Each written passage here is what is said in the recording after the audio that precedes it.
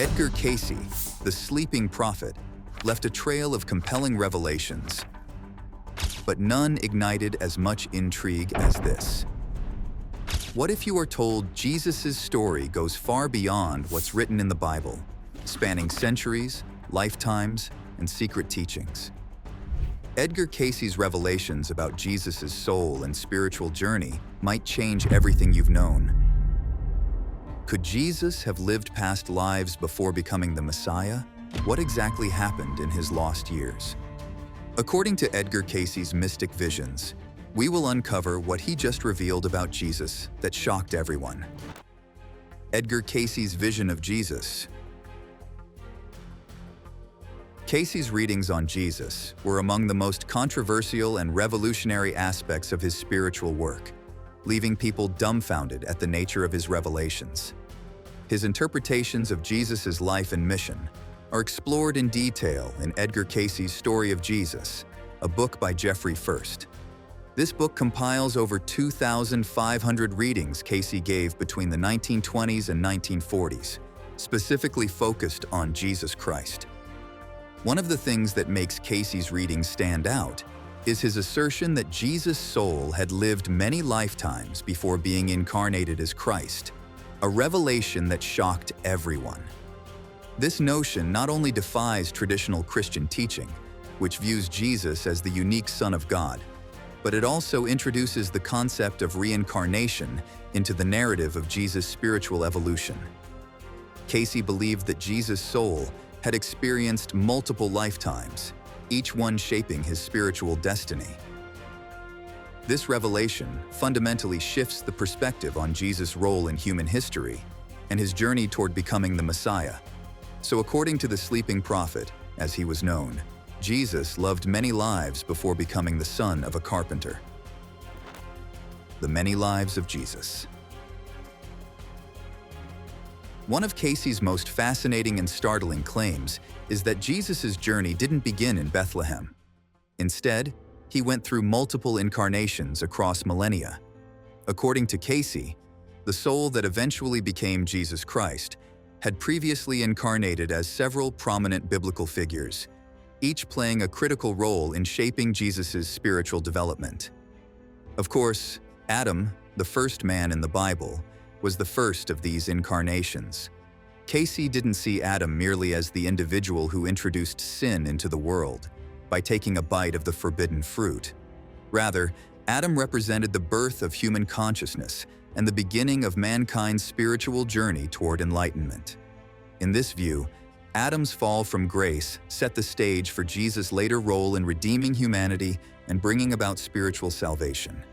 After Adam, Cayce identified Enoch, a figure known for his close relationship with God, as the next incarnation. According to the Bible, Enoch was taken to heaven without dying because of his righteousness. For Cayce, Enoch's story symbolized a significant spiritual leap, a soul that had mastered the divine walk and laid down the foundation for the spiritual teachings that Jesus would one day offer. There's yet another pivotal incarnation that Cayce identifies, and this, according to him, was Melchizedek, the mysterious priest who blessed Abraham. Melchizedek appears briefly in the Bible but is often clothed with mystery, as he has no recorded lineage or ancestry. Cayce believed that Melchizedek was a precursor to Jesus' eternal priesthood, representing the embodiment of timeless wisdom. Moving forward, Cayce also believed that the soul of Jesus had lived as Joseph, the son of Jacob, who was sold into slavery by his brothers. Joseph's life, greatly marked by betrayal and eventual forgiveness, was a mirror of the key elements of Jesus' later teachings on grace and redemption. Cayce saw Joseph's story as a crucial moment in the soul's journey toward becoming the Messiah. Another notable incarnation was Joshua, Moses' successor, who famously had the sun in a standstill for 24 hours and also led the Israelites into the Promised Land. Cayce suggested that Joshua's life was a preparation for Jesus' mission of spiritual salvation, providing the soul with the courage and faith necessary to fulfill its ultimate role. Finally, all of these experiences culminated in the figure who we now know as Jesus Christ. According to Cayce, Jesus' mission was monumental: to teach humanity about unconditional love, offer a path to spiritual salvation, and lay down his life for the redemption of all souls. Cayce viewed Jesus not as a one-time divine intervention, but as the final stage of a soul's evolution that had spanned centuries, learning and growing with each incarnation. In his interpretation, the soul's journey through these various lifetimes was essential for acquiring the depth, wisdom, and empathy necessary to undertake such a monumental task. This broader view of Jesus as a soul evolving across ages fundamentally shifts the conventional understanding of his role and offers a more universal perspective on the interconnectedness of all spiritual paths. There's also this theory by Edgar Cayce that Jesus did not grow up with his parents but was trained in Africa. The Essenes and their role in shaping Jesus. Have you ever heard of the Essenes? If you haven't, then you're about to. This revelation might shatter your understanding of both Jesus himself and his upbringing. Renowned for his psychic insights, Edgar Cayce made a startling claim. Jesus was not merely a carpenter's son who appeared out of nowhere. Instead, he was very closely connected to a dedicated and intense group known as the Essenes. The Essenes were a Jewish sect that flourished from the 2nd century BC to the 1st century AD. It was a community of fervent believers who were utterly committed to a life of asceticism and spiritual purity. They practiced strict self-discipline, and not only did they deny themselves all forms of indulgence, but they also abhorred them. They were exactly the life of a party, but undoubtedly devoted to their cause. Their legacy is largely defined by the Dead Sea Scrolls, ancient texts discovered in the Qumran caves near the Dead Sea. These scrolls provide a window into the lives and beliefs of the Essenes, revealing a society deeply entrenched in the pursuit of a pure life to draw closer to God. What if Jesus didn't grow up in the simple home of Mary and Joseph? What if he was instead raised among this sect, the spiritual elite of his era? Picture young Jesus immersed in a rigorous spiritual education, surrounded by individuals committed to the same path. Sounds ideal? This was no ordinary upbringing. It was akin to a spiritual boot camp designed to prepare him for his later mission. It goes without saying that during his formative years with the Essenes, Jesus would have undergone extensive training, engaging with scriptures and the prophecies surrounding the Messiah. However, the teachings of this sect extended beyond mere academic study. They placed great importance on rituals of purity, including regular baths, fasting, and other practices aimed at maintaining both physical and spiritual cleanliness. This lifestyle fostered a positive sense of community, where members shared everything from food to chores, supporting one another in their quest for holiness. In such an environment, Jesus would have cultivated a message rooted in love and service, themes that would later define his ministry. But even though Jesus grew up with these people, where was he immediately before his ministry began? This might blow your mind. The lost years of Jesus.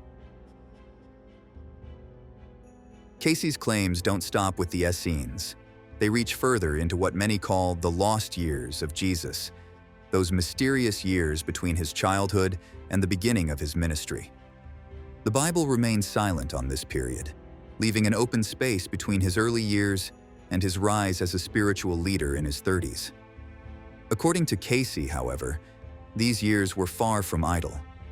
He imagined Jesus not confined to Nazareth, but traveling across distant lands, seeking wisdom and spiritual growth from the sages of ancient traditions. Cayce's claims don't stop with the Essenes. They reach further into what many call the lost years of Jesus, those mysterious years between his childhood and the beginning of his ministry. The Bible remains silent on this period, leaving an open space between his early years and his rise as a spiritual leader in his 30s. According to Cayce, however, these years were far from idle. He imagined Jesus not confined to Nazareth, but traveling across distant lands, seeking wisdom and spiritual growth from the sages of ancient traditions. In Cayce's vision, Jesus first ventured to India, a place where spiritual learning flourished. There, he didn't simply observe, but actively immersed himself in the teachings of Hindu and Buddhist masters. You can almost picture him, a young seeker, sitting cross-legged among the wise, absorbing the intricate philosophies of karma, dharma, and reincarnation. He would have practiced meditation, learned the discipline of yoga, and delved into the mysteries of existence. The peace and inner stillness of these practices would have resonated deeply within him, sharpening his understanding of the divine and his role within it. As the years in India passed, Jesus' journey led him to another Asian country, Persia, where Cayce proposed that he study with Zoroastrian priests. Here, in the land of fire and light, Jesus would have encountered Zoroastrianism's core teachings, the constant battle between good and evil, light and darkness, and the ultimate triumph of virtue. The priests, the magi, were revered for their wisdom and foresight. Under their guidance, Jesus would have grown into his own prophetic powers, gaining clarity about the moral struggles that shape human destiny. His exposure to Zoroastrianism would have deepened his sense of mission, giving him insight into the cosmic forces that define the human experience. From Persia, the journey continued to Egypt.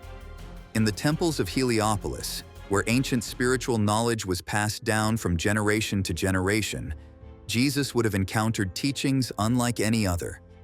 The priests there were the keepers of esoteric wisdom, guarding the secrets of life, death, and the soul's journey beyond.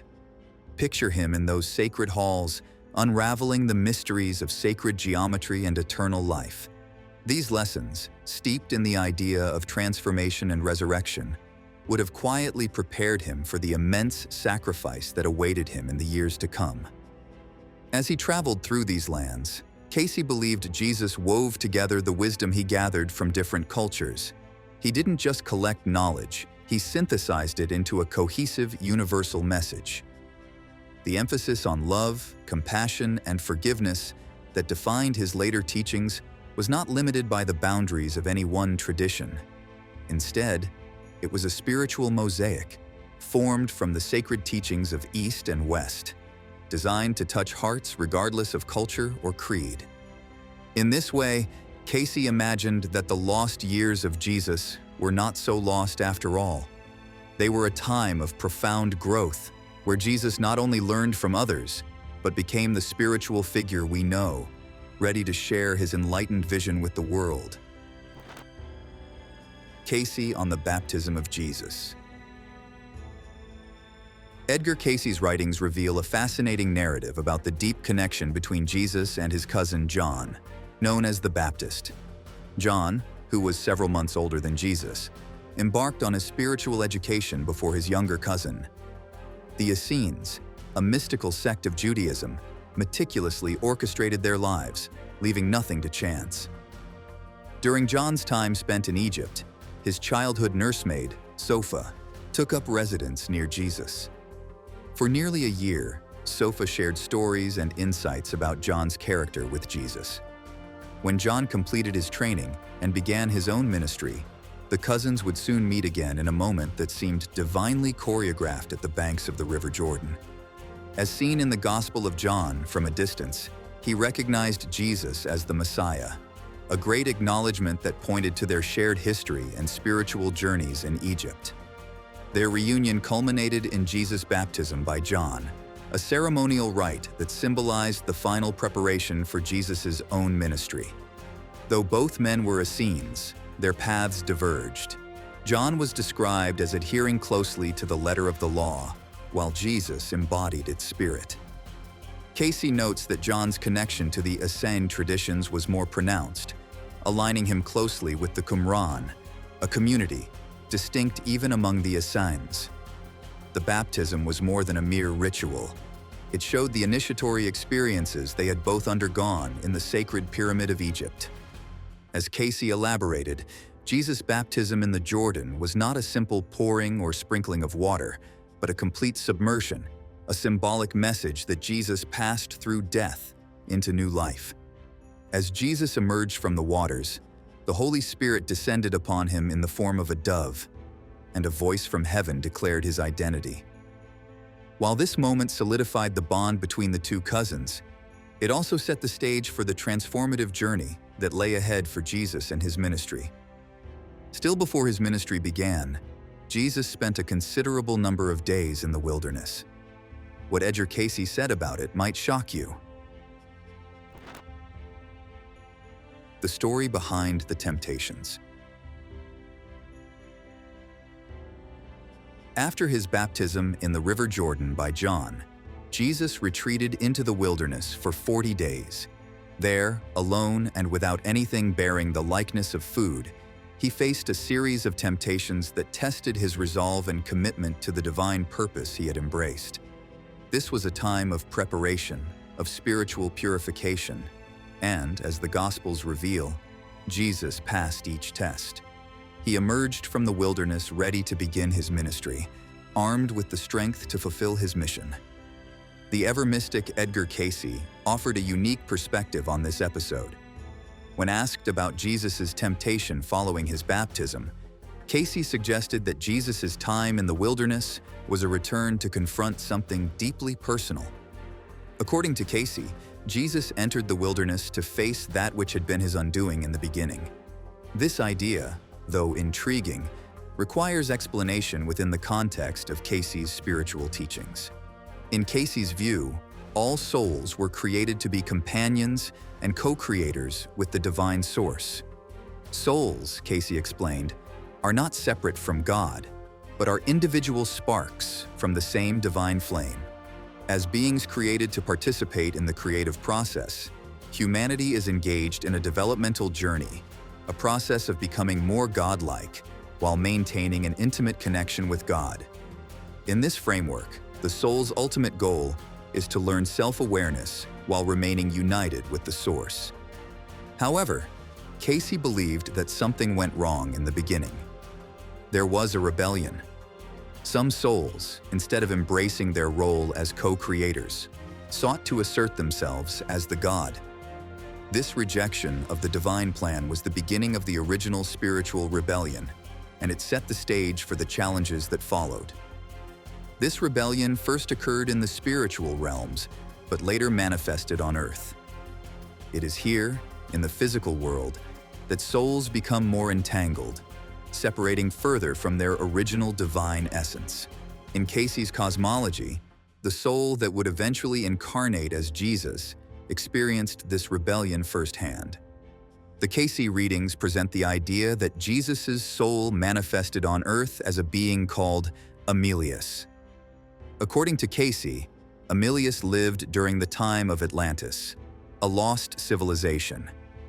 As the elder brother of souls, Emilius was supposed to guide humanity towards spiritual evolution. However, Emilius, like other souls, fell short. He misused the gift of free will, leading to an even greater entanglement of souls in physical bodies. Instead of helping souls remain connected to their divine nature, Emilius contributed to their separation from the source. In an attempt to correct this error, Emilius, still in the spiritual realm, projected thought-form bodies into the earth plane and inhabited one of these forms. This was the soul's first true human incarnation, and this form became known as Adam, the first man in the book of Genesis. As Adam, however, the soul again faltered. The story of Adam's fall from grace, as told in Genesis, represents the soul's continued struggle to align with the divine purpose. In response to the question of when Jesus first realized he was destined to be the savior of humanity, Cayce stated that it was during the fall in Eden.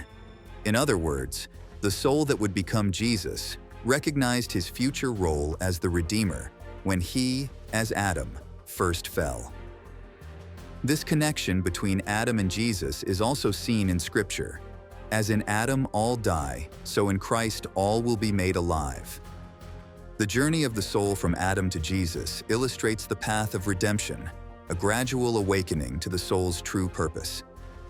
Fast forward to Jesus' time in the wilderness, the temptations he faced there were deeply personal challenges. They were not just external tests, they were confrontations with the soul's own weaknesses and past failings. In essence, Jesus' experience in the wilderness was a reckoning with the mistakes of his past incarnations, particularly the misuse of free will. In each temptation, Jesus had to set aside selfish desires and surrender to the divine will. He had to overcome the same tendency that had led to the original rebellion, the desire for personal power, recognition, and control. In the Gospels, each temptation highlights this theme. Satan tempted Jesus with physical sustenance, power over kingdoms, and the opportunity to prove his divine nature through a dramatic display of miracles. But Jesus resisted each offer, reaffirming his commitment to God's plan. He chose obedience to the source over his own personal gain. In doing so, he not only passed the test, but also corrected the mistakes made in his previous lifetimes. For Cayce, this period of temptation was very crucial to Jesus' spiritual evolution. By overcoming these challenges, Jesus was able to fully embrace his role as a co-creator with God, a role that each soul is destined to achieve. The wilderness experience marked the final stage in Jesus' preparation for his ministry, solidifying his connection with the divine and setting an example for humanity. The story of Jesus' time in the wilderness, as viewed through Cayce's lens, is not just a tale of spiritual triumph, but a profound reminder of the soul's journey toward reunification with the divine. Jesus' victory over temptation represents the potential for all souls to transcend their limitations and return to their true nature, co-creators with the source. This is a lot of information to process, but it's not all. The sleeping prophet has something to say about Jesus' relationship with a famous lady. Feeding the 5,000 and Mary Magdalene's status. Now, one of the most well-known miracles in the life of Jesus is the feeding of the multitudes.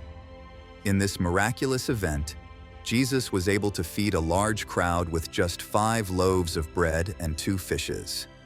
According to the mystic Edgar Cayce, the story reveals more than just a miraculous moment of divine intervention.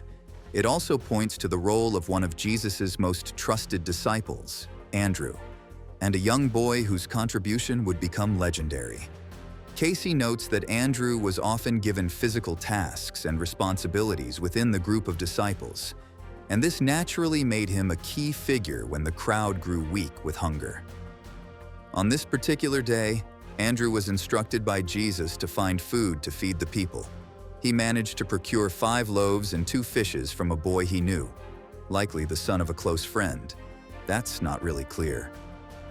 The boy, perhaps overly cautious in his preparations for the day, had brought more food than he needed. Cayce indicated that the boy's carefulness turned out to be a blessing, as it provided the opportunity for Jesus to perform one of his most famous miracles.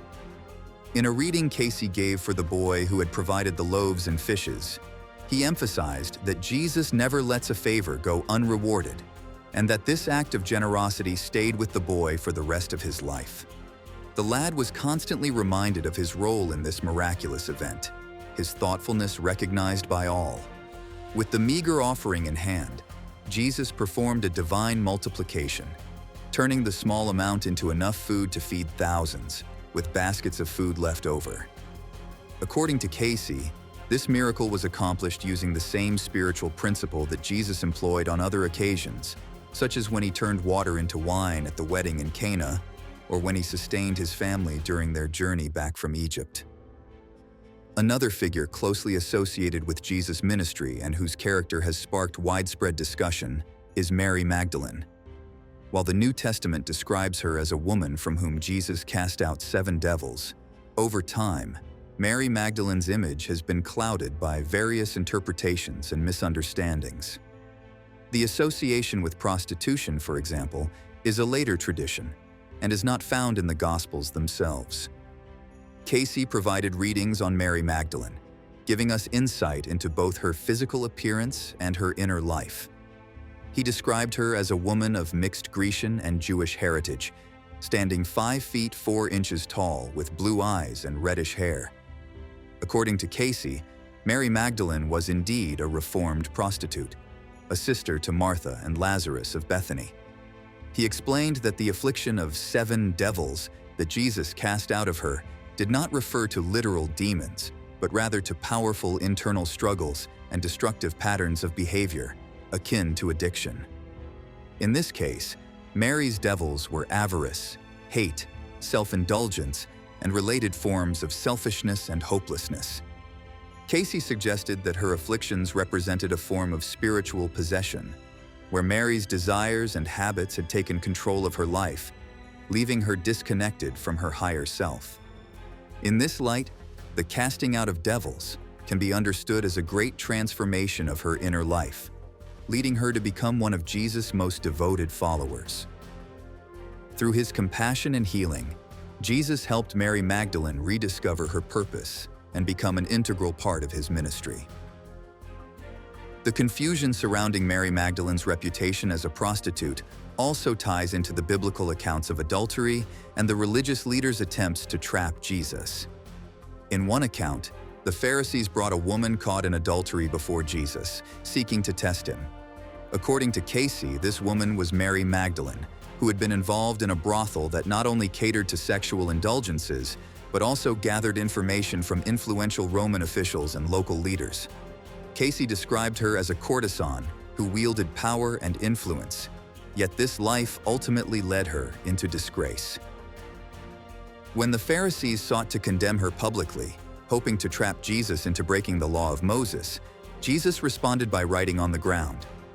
Cayce suggested that what Jesus wrote caused each accuser to recognize his own sins, and one by one, they departed.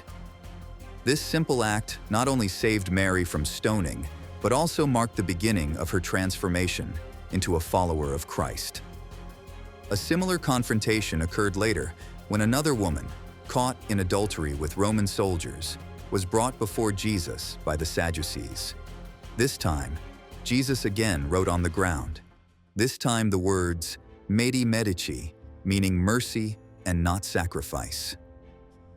As with the earlier episode, Jesus' words of compassion silenced the accusers, and the woman was spared. In Cayce's readings, he further clarified misconceptions about Mary Magdalene's relationship with Jesus.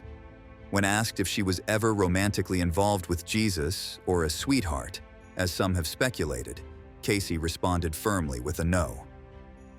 While Mary Magdalene was a close follower and played a vital role in supporting Jesus' ministry, there was no romantic connection between them. But there is a connection between healing and forgiveness of sins. Reasons for ailments and healing miracles. Throughout his ministry, Jesus is credited with performing numerous miraculous healings, each a demonstration of divine compassion and power. Many of these miracles also involved the forgiveness of sins, underscoring the interconnectedness of physical and spiritual health. One particularly notable example is the healing of a man blind from birth, recounted in the 9th chapter of the Gospel of John. This miracle not only showcases Jesus' healing power, but also raises deeper questions about sin, suffering, and the possibility of reincarnation. In the story, the disciples ask Jesus whether the man's blindness was the result of his own sin or that of his parents. The question suggests an awareness of karma, the idea that one's actions in a past life can influence their present circumstances. Jesus, however, rejects this assumption in this particular case. He tells his disciples that the man's blindness was not caused by sin, but rather it served as an opportunity for the works of God to be displayed through him. This understanding aligns closely with insights found in the readings of Edgar Cayce. Like Jesus, Cayce was often asked about the spiritual origins of illness and injury. Cayce's readings revealed that sometimes an illness was indeed the result of karmic debt from either the current life or a past incarnation. In other cases, the condition had no connection to sin or karma, but was purely a physical issue. Similarly, There were instances in which Cayce explained that a severe condition, such as a child being born with a deformity, was not necessarily related to the child's karma, but rather was an opportunity for the parents or those close to the child to experience soul growth. In these instances, the child's condition was viewed as a gift, an opportunity for others to learn compassion, patience, and unconditional love. The healing of the blind man, therefore, can be seen as an example of how illness or suffering can serve as a means of spiritual enlightenment. The man's condition was not a punishment, but an opportunity for Jesus to display divine mercy and for the people around him to witness a miracle. It allowed the onlookers to challenge their preconceived notions about sin and sickness, encouraging them to see the deeper spiritual truths behind physical circumstances. One of the most intriguing aspects of Jesus' healing ministry was his frequent connection between healing and the forgiveness of sins. Many of the people Jesus healed were told that their sins had been forgiven, a declaration that often preceded or accompanied their physical restoration.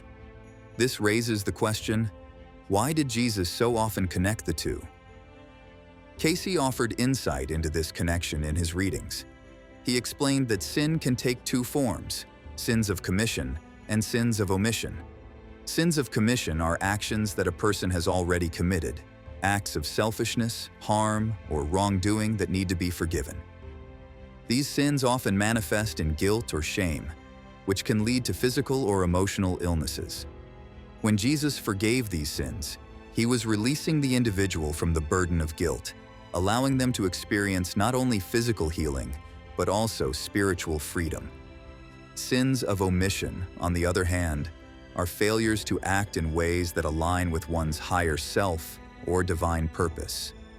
These are the opportunities that individuals overlook, times when they might have acted with love, compassion, or justice, but chose not to. In such cases, the healing process may require more than just forgiveness. It often calls for the individual to take corrective action. Cayce suggested that when Jesus brought sins of omission to a person's attention, it was a way of inviting them to make things right, to take responsibility for their missed opportunities, and to align their lives more closely with divine will. This relationship between sin and illness, as explained by Cayce, resonates deeply with the teachings of Jesus. It reflects a holistic understanding of human health, where physical, emotional, and spiritual well-being are all interconnected.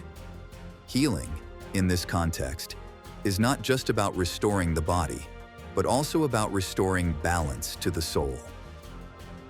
Returning to the example of the man born blind, Jesus' decision to heal him without addressing sin directly speaks to the complexity of this relationship. Sometimes, an illness has no direct connection to sin, whether of commission or omission, but instead serves a higher purpose. In this case, the man's blindness provided a platform for Jesus to demonstrate the glory of God, revealing that suffering can sometimes be a gateway to greater spiritual truths. The man's healing, therefore, was not just a physical restoration, but a revelation of divine power and compassion, intended to open the eyes of all who witnessed it to the deeper realities of life and faith.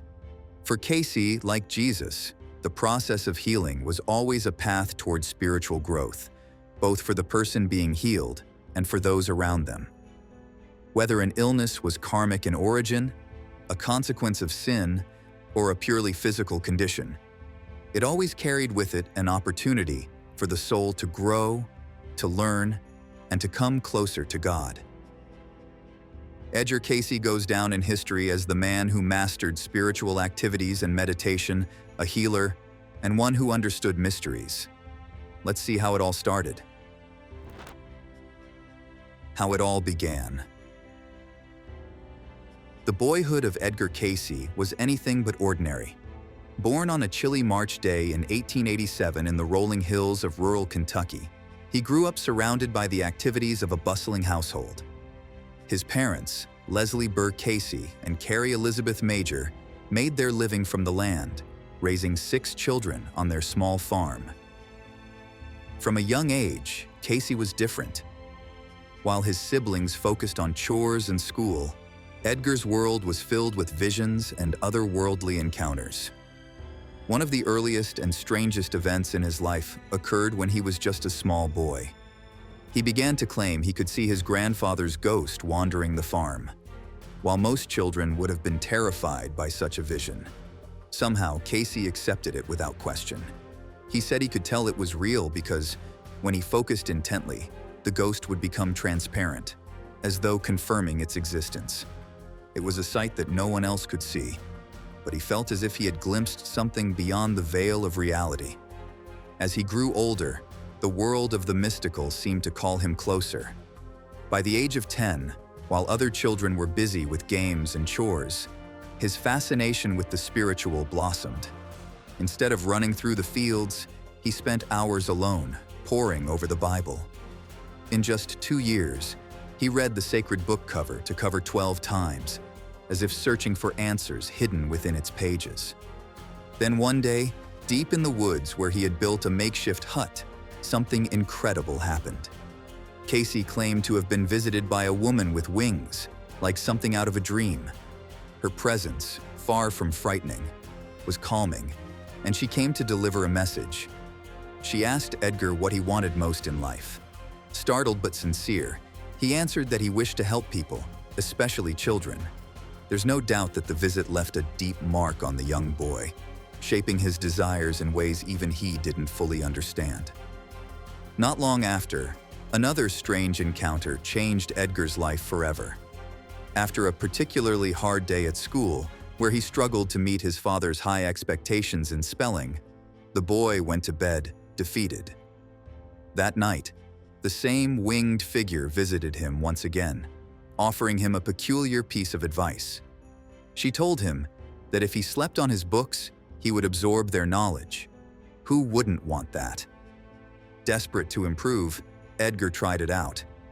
To everyone's astonishment, the very next morning, he recited the entire contents of the book perfectly, leaving both his father and teacher speechless.